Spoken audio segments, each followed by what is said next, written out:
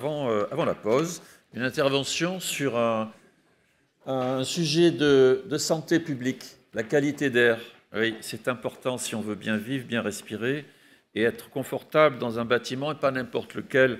Il s'agit du Crédit Agricole qui est un projet, une réalisation qui est faite bas carbone avec le label intérieur. Et pour nous en parler, Yann Dervin, responsable des relations publiques, Imolab, et Benjamin Lenoir, directeur de l'agence de Rennes du bureau d'études Barbanel. À vous, messieurs. Merci Philippe. Alors, donc, je suis Yann Dervin, je suis consultant en bâtiment durable et je travaille pour Imolab en tant que responsable des relations publiques.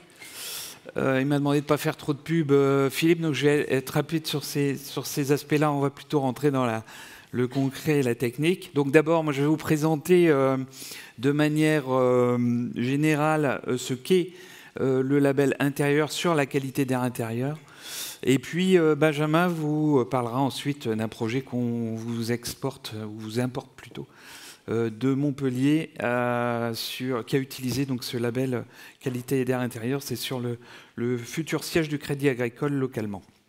Alors, la qualité d'air intérieur est un sujet éminemment important et pourtant quand même assez peu sous les radars, notamment les radars réglementaires dans le bâtiment. On sait qu'on est tous globalement dans des espaces très confinés, que ce soit chez nous, que ce soit au travail, mais aussi dans nos véhicules. On passe 80% du temps dans des espaces confinés. Ces espaces confinés sont en général 5 à 10 fois plus pollués que les espaces extérieurs.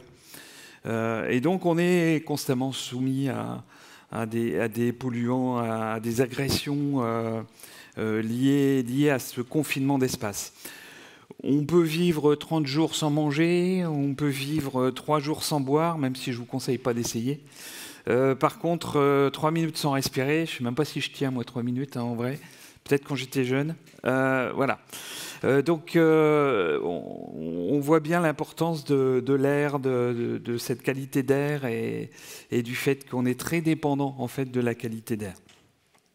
Et pourtant, dans les démarches environnementales, ça existe, vous allez trouver ça dans les différentes démarches, que ce soit côté HQE ou côté des autres certifications, des autres labels et certifications environnementales, mais ça reste très minoritaire et très souvent optionnel, et donc on ne pousse pas beaucoup le sujet. Donc par rapport à ce contexte-là, est né en 2017 un label qui s'appelle Intérieur. Je ne vous fais pas le dessin sur le jeu de mots qu'il y a sur ce label. Il a été créé donc par une entreprise qui s'appelle Imolab. Imolab étant une entreprise basée à Toulouse et qui dépend d'un groupe qui s'appelle Kera. Peu importe, je ne fais pas de pub. Donc c'est un protocole de valorisation de la qualité d'air intérieur. C'est applicable à ce jour sur différents référentiels qui sont sur le neuf, la rénovation, qui sont sur le logement, même la maison individuelle en neuf, et en rénovation, on est sur le logement et le tertiaire avec un tout nouveau référentiel qui est arrivé en février 2025. Alors c'est Imolab qui est donc l'organisme de labellisation et qui est détenteur de la marque, donc c'est lui qui va appliquer le tampon label intérieur. On va travailler dans ce protocole autour de 4 thèmes qui sont la sensibilisation des différents intervenants. Je vais y revenir juste après, tous sur ces 4 thèmes. L'intégration du bâtiment dans son environnement, les équipements, les produits, matériaux de construction et le renouvellement de l'air au sein du bâtiment. Souvent, quand on parle qualité d'air intérieur dans le neuf, on n'aborde souvent que le thème numéro 4. Et en rénovation, on n'aborde quelquefois aucun de ces thèmes. Donc le premier thème est sur la sensibilisation des différents intervenants. Donc il s'agit bien d'accompagner pendant toutes les étapes de la conception, réalisation, mais aussi usage du bâtiment, à sensibiliser autour de la qualité d'air intérieur au moyen de différents outils qui vont être une charte de QAI, des checklists d'autocontrôle pour les entreprises qui vont devoir donc donner ensuite à Imolab ces checklists pour vérification, autour de carnet de santé du bâtiment et aussi de la formation du futur gestionnaire du bâtiment, notamment dans le tertiaire ou pour certains logements. Et puis, on pense évidemment à l'utilisateur final, en lui fournissant des éléments plutôt ludiques, comme des nudges, pour pouvoir les aider à avoir les bonnes pratiques en termes de qualité d'air intérieur, notamment de jouer sur les ouvrants du bâtiment, mais pas seulement. Le deuxième thème, c'est sur l'intégration du bâtiment dans son environnement immédiat. Alors, il existe des tas de problèmes, enfin, on va dire, de situations particulières. Là, vous avez une carte du radon, mais il y a bien d'autres choses. Il y a les cités sols pollués, on sait où ils sont. Hein. Donc, il est assez simple, et il faut le faire à chaque implantation de bâtiment, d'aller chercher dans les bases de données existantes les potentiels problèmes de pollution qui peuvent du coup impacter la qualité d'air intérieur. Et également de faire le point sur les différentes, par exemple, voies de passage, anciens sites industriels, stations-service qui pourraient être à proximité, qui n'ont pas été forcément, dont les sols n'ont pas été forcément bien dépollués, etc. On va regarder aussi dans ce thème-là le sujet du confort d'été, puisque plus vous avez une température intérieure forte dans les bâtiments, plus vous allez avoir un relargage de polluants. Donc ça, c'est assez clair. Plus la température augmente, plus les matériaux vont relarguer des éléments. Donc le confort d'été est un sujet important. Évidemment, le taux d'ouverture des fenêtres pour compenser tout ça. Mais il y a aussi l'aspect végétalisation du site avec le choix des essences qui sont plus ou moins polluantes, plutôt dans le sens allergisantes. On pourra aussi travailler, notamment en phase chantier, sur la prévention des moisissures. C'est quelque chose aussi qui peut poser problème, c'est-à-dire de ne pas faire suffisamment attention à la prévention des moisissures quand on est en phase chantier. Et voilà.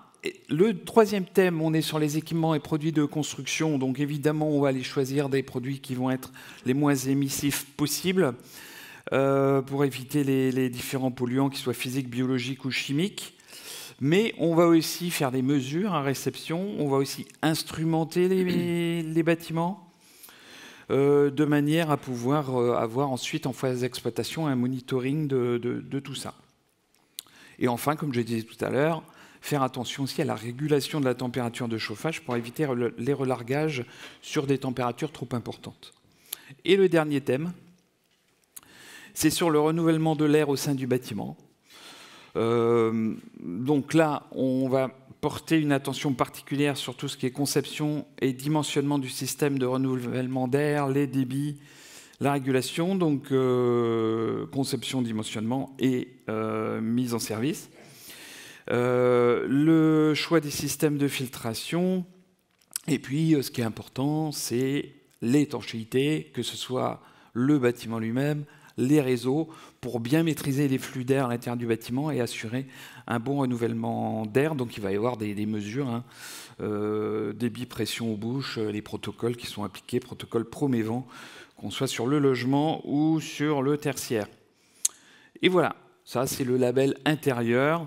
Au final, quand ces 4 thèmes sont traités, Immolab étudie le dossier, donc qui est fourni par le maître d'ouvrage, mais avec l'aide d'un AMO, c'est-à-dire qu'on s'appuie sur un AMO en général situé dans un bureau d'études qui va nous faciliter le travail et faciliter le travail du maître d'ouvrage, c'est son boulot. Donc il connaît bien le label intérieur, il y en a actuellement à peu près 35 en France qui sont répartis un peu partout sur le territoire, dans différents bureaux d'études. À partir de là, donc Immolab pourra valider le projet et attribuer le label intérieur. Et on espère aller au bout avec le projet qui va vous être présenté tout de suite, qui est donc le siège du Crédit Agricole sur la ZAC Cambacérès. Benjamin, à toi. À moi, merci. Bonjour à tous, Benjamin Lenoir. Je représente la société Barbanel, qui est un bureau d'études fluide d'une centaine d'ingénieurs en France sur 5 implantations. Et donc moi, je suis responsable de l'agence de Rennes. Donc aujourd'hui, je vais vous présenter, pour illustrer le label intérieur, le premier projet de bureau en cours de certification. Il s'agit du projet Le Sillon, qui abritera le futur siège du Crédit Agricole du Languedoc à Montpellier. J'y viens. Donc, le projet est actuellement en cours de conception, en phase DCE. Donc, c'est important de le préciser, tout ce que je vais vous présenter par la suite est éventuellement soumis à validation du maître d'ouvrage, que ce soit sur les aspects techniques ou budgétaires. Alors, le projet est piloté par le cabinet d'architecture DREAM, qui pilote l'équipe de maîtrise d'œuvre, composée notamment du bureau d'études structure Terrel, du BET acoustique AIDA, du BET environnement GEON, qui a assuré du coup la mission d'AMO intérieur, et du BET fluide Barbanel. Donc, le projet est situé sur la ZAC Cambacérès. Il vise une haute qualité d'usage pour ses occupants et embarque de très fortes ambitions environnementales. Il est d'ores et déjà certifié bâtiment durable Occitanie niveau OR pour la phase conception et vise donc les labels Biodiversity, R2S et donc le label intérieur qui nous intéresse. Donc, comme je l'ai dit tout à l'heure, le projet se situe sur la ZAC Cambacérès à Montpellier. C'est la volonté du maître d'ouvrage de déplacer son siège actuel qui est situé en banlieue dans le centre-ville, proche des axes de transport en commun, de déplacement doux, de la gare TGV et du pôle tertiaire de Montpellier, ce qui va amener à fortement réduire l'impact lié au carbone lié au déplacement de ses collaborateurs. Le projet se constitue de 3 bâtiments qui totalisent 25 000 m² en R+7. Donc le bâtiment C1, que vous voyez tout à droite, qui est un bâtiment totem à l'architecture volontairement marquée. Le bâtiment C2, Village Baïséa, à usage locatif, qui abritera des entreprises en cours de création, partenaires du Crédit Agricole. Et enfin le bâtiment C3, à usage exclusif des collaborateurs du Crédit Agricole. Le bâtiment se compose en majeure partie donc, de bureaux et de salles de réunion, mais fait également la part belle au service avec des restaurants, salles de conférence, auditorium, coworking et salles de sport. Donc, par son inspiration architecturale, le projet rappelle les grands paysages minéraux de l'arrière-pays montpelliérain, donc avec ses sillons pour former sur la façade. Il s'articule autour d'un cœur d'îlot très largement ombragé, qui a pour objectif de limiter le phénomène d'îlot de chaleur urbain et d'offrir des espaces de travail extérieur et de déambulation agréables. Afin de limiter l'impact carbone de sa construction, les bâtiments sont conçus avec une structure mixte, donc poteau, poutre, bois, plancher, béton. Les murs sont des murs à ossature bois porteur, avec une isolation en paille. Le tout repose sur un socle minéral constitué en pierre massive du Gard. Alors, dans le cadre du label intérieur, nous avons analysé les différents thèmes et les principaux enjeux du thème 4, donc concernant la ventilation des locaux, sur les installations de CVC. Donc ces impacts majeurs sont les bonnes pratiques de ventilation qui sont contrôlées dans le cadre du label, les taux de CO2 dans les espaces à occupation permanente qui sont limités à 900 ppm, les filtres de CTA qui doivent être définis suivant les contraintes du site, et les locaux à occupation permanente qui doivent avoir des ouvrants de ventilation naturelle. Alors, sur ce dernier point, il est à noter que les usagers du bâtiment seront informés du niveau de qualité d'air extérieur afin de pouvoir gérer la ventilation naturelle. Donc, concernant les bonnes pratiques de conception, il y a plusieurs points sur lesquels il faut être attentif, notamment les prises et rejets d'air qui doivent être situées distantes de plus de 8 mètres sans recyclage de l'air possible, les équipements de ventilation qui doivent être facilement maintenables, les réseaux hydrauliques doivent être efficaces, présenter une perte de charge limitée, doivent être correctement équilibrés et de classe étanchéité B. Les réseaux de ventilation doivent être mis en œuvre sur le chantier propre et nettoyable. Évidemment, masqués aussi pour éviter les infiltrations de poussière. Et enfin, chose un peu nouvelle, il est prévu à la réception un flush-out de livraison, je vais y revenir, le remplacement des filtres de centrales de traitement d'air et une mesure des polluants à la livraison, mais également en exploitation. pour vérifier l'attendu des résultats. Et ça, c'est regardé dans le label, c'est-à-dire la maintenance des installations, mais aussi la possibilité d'accéder facilement aux installations, parce qu'on a quelquefois quelques surprises pour aller changer des filtres d'installation. Tout à fait. Alors, concernant le flowchart de livraison, je vais en parler un petit peu parce que ce n'est pas très connu, pas très courant. En fait, il s'agit d'un procédé de surventilation sur une période donnée, qui a pour objectif de favoriser le relargage des composés organiques volatiles, des polluants, et d'évacuer l'ensemble des polluants du bâtiment, afin qu'à l'arrivée des occupants, on ait un air le plus qualitatif possible. Alors, afin de limiter le taux de CO2 à 900 ppm, il a fallu qu'on s'interroge sur quel débit mettre en œuvre pour arriver à cet objectif. Alors, ici, vous avez 2 extraits de la note technique 92 produite par l'INRS. Sur le tableau de droite, vous pouvez constater que la France est un des pays qui ventile le moins ses locaux tertiaires. Aujourd'hui, le débit réglementaire est de 25 m3 par occupant, là où il est de 36 m3 par occupant, par exemple au Royaume-Uni, 50 m3 en Norvège et jusqu'à 90 m3 en Allemagne. Sur la figure de gauche, on peut voir l'évolution du taux de CO2 dans l'air au fil du temps pour un bureau de 26 m2 avec 2 personnes. Pour 3 débits différents, 25 m3, 34 m3 et 50 m3.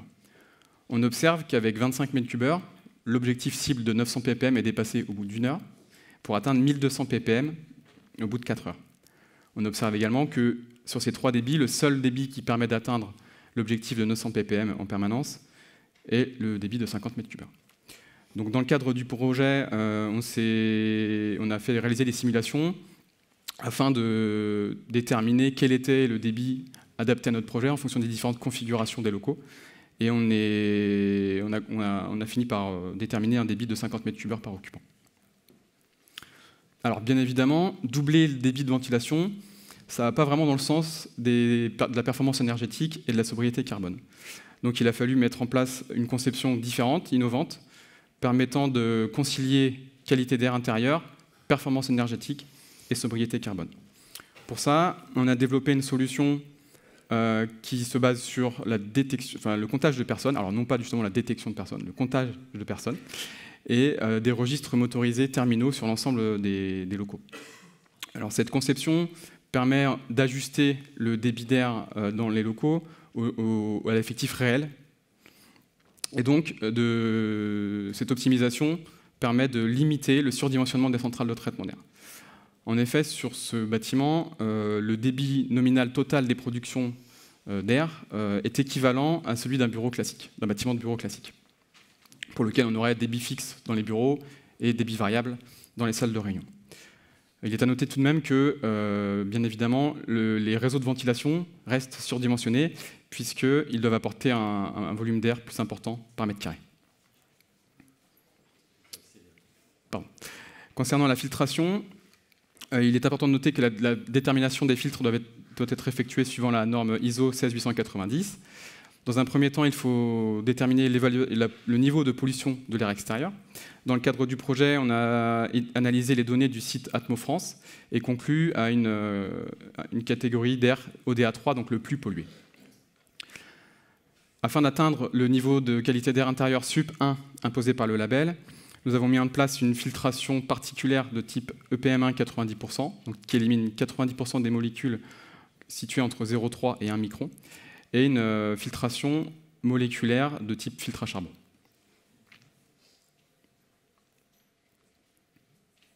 Alors ici, vous pouvez voir les performances énergétiques et carbone du projet. On constate que malgré l'augmentation des débits, le doublement des débits, on arrive à une consommation énergétique contenue à 50 kWh d'énergie primaire par mètre carré et par an. Et on respecte l'objectif seuil 2028 au niveau de l'impact carbone. Donc si je peux conclure, on peut donc considérer aujourd'hui qu'on est en mesure de concilier performance énergétique, sobriété carbone, bien-être des occupants, pour créer des espaces de bureau et des espaces de vie sains et plus durables. Je vous remercie. Bien, bravo, félicitations.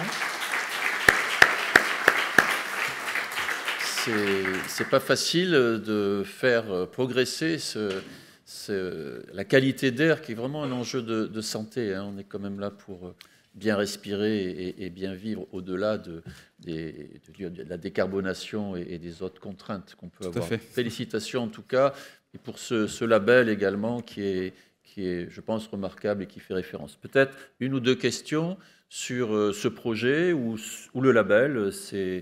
C'est quelque chose qui peut en tout cas faire éveiller vos consciences pour peut-être d'autres projets. Sinon, je vais avoir une question, moi. Allez-y. Ouais. Ce label, est-ce que effectivement, il m'a l'air assez bien cadré sur la qualité d'air, la ventilation. Est-ce qu'il va au-delà en termes de suivi? Ou est-ce que c'est une évolution possible? C'est-à-dire, on sait très bien que tous des règles, les filtres sont plus ou moins remplacés ou nettoyés, mais est-ce qu'on peut imaginer, ou est-ce que ça existe, un suivi de ce label qui montrerait que finalement on est sur le long terme? En tout cas, il y a un aspect monitoring qui est prévu et une vérification des éléments en exploitation du bâtiment. Donc il y a un suivi de court terme, si tu veux, pour vérifier que le bâtiment, quand il est livré, quand il commence à être exploité, on ait effectivement la qualité d'air intérieur qui soit au rendez-vous. Après, ça va dépendre des usagers, donc du maître d'ouvrage peut-être s'il a encore des liens, ou si c'est lui qui exploite le bâtiment. Notamment sur le logement, on sera en lien éventuellement avec des syndics en copropriété, etc. Enfin, en tout cas, c'est possible et on a en tout cas les moyens de mesure et d'analyse pour le faire. Oui. Mais dans le cadre du label, c'est comme un peu tous les labels. À un moment donné, il faut qu'on l'attribue et qu'on le définisse. Donc, il y a une petite partie en exploitation, mais assez limitée. D'accord, mais si j'ai le label, est-ce que dans 5 ans, j'ai toujours le label? Tu ne vas pas le perdre à partir du moment où tu l'as eu. C'est un peu comme tous les labels, hein, que ce soit du HQE, du F-Énergie, du BREEAM, c'est pareil. D'accord. Par contre, on peut suivre la qualité d'air sur le long terme. En tout cas, techniquement en parlant, il n'y a pas de souci pour le faire. Toutes les installations techniques sont là pour garantir la qualité d'air à terme. C'est effectivement le remplacement des filtres et puis Et les contrats de maintenance sont intégrés dans l'attribution du label, c'est-à-dire s'il n'y a pas de contrat de maintenance de l'ensemble de l'installation, le label ne peut pas être attribué. Je vais vous pousser un peu, mais c'est déjà tu as raison, magnifique ce que vous faites. C'est un sujet, l'exploitation est un sujet compliqué pour tout ce qui est labellisateur et certificateur, et aussi pour les maîtres d'ouvrage, parce qu'à un moment donné, ils livrent leur travail, donc il faut qu'ils récupèrent leur label.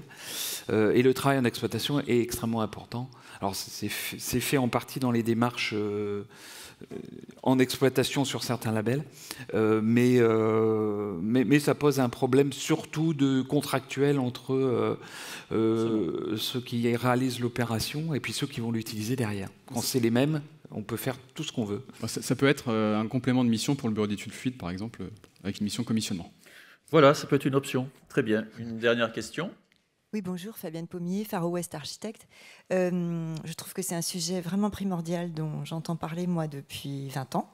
Donc, félicitations. Et je voulais savoir si il existe des soutiens financiers de par la puissance publique sur ce sujet, puisqu'on a eu des soutiens financiers sur les modes de chauffage, sur l'isolation thermique, enfin tout le volet thermique, mais la santé des habitants et des occupants me semble aussi très très importante. Alors oui, je suis entièrement d'accord avec vous, c'est un sujet d'importance. On en a beaucoup parlé pendant le Covid, on s'est rendu compte qu'il fallait qu'on arrête de vivre dans des espaces trop confinés, parce que c'est là qu'au final qu'on s'affectait. Mais pour autant, on n'est pas arrivé à l'étape suivante, c'est-à-dire avec des vrais textes ou des renforcements réglementaires, notamment sur les débits de ventilation, on l'a vu tout à l'heure avec les graphiques. Et donc, il n'y a pas d'obligation plus que la base réglementaire qui est assez indigente en France, et pas d'incitation non plus, sauf il y a par exemple des possibilités d'obtenir pour les maîtres d'ouvrage des prêts, ce qu'on appelle des prêts à impact du réseau bancaire, dans l'angle, on va dire, confort des futurs usagers. Donc il est possible d'avoir des prêts, mais du coup c'est du financement privé et pas du financement public. Des aides publiques, à ma connaissance, il n'y en a pas. On essaie d'y travailler, mais pour l'instant il n'y en a pas.